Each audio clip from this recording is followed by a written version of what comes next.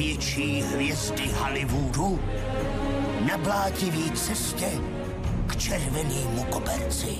A Oscara získávám? Natočíme nejlepší válečný film všech dob. Akorát, že vůbec. Pravdivý příběh o natáčení nejdražšího vymyšleného válečného příběhu. Tropická bouře. Těžce nekorektní biják na čtvrteční večír. Pojďme se projít. Posaďte se. Něco teď zkusíme. Co vidíte? Nějaké hříbeček. Prý nás to donutí dívat se na všechno jinak. Hrome, ten teda šlape do pedálů. Ani nevím, kam jedu. Nikdo z nás neví. Neřeš a nepřepínej. Jsem vyděšená. Chcete pauzu? Ajaj, Ne. buď duchovní hrdina. Ještě jste se tak úplně neotevřel. A proč mi o tom teď vlastně říkáš? No, aby tě otevřel. Proroctví v celestínské rudli. V pátek večír. Co se stalo? Letadlo havarovalo. A ani v téhle patálii není dobrý sedat si na studenou zem. Už to nedělej. Páč chytnete vlka. A nebo vlk chytne vás. Jak tohle vyřešíme? No, to by mě taky zajímalo. Zabijeme jednoho po druhém. Jasně. Chceš říct, že budem s těma obříma obludama bojovat?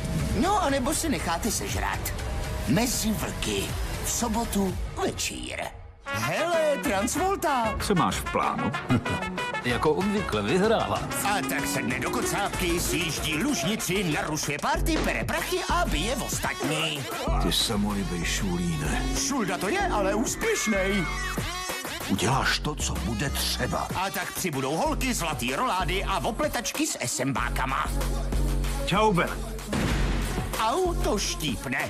Smrtící rychlost. V sobotu večír. Upozorňujeme, že sledování těchto pijásků je jen na vlastní nebezpečí. Máme tě. Nejspíš tě totiž dostanou. Chci vědět, co přijde dál. No, šacoval bych to na nějaký násilí. Nech to na mě. Na spoustu bezdůvodného násilí. Bodl jsi mě škrabkou na brambory. Co je to s tebou? Půjdu, ať se nerozčilíš. Vážně?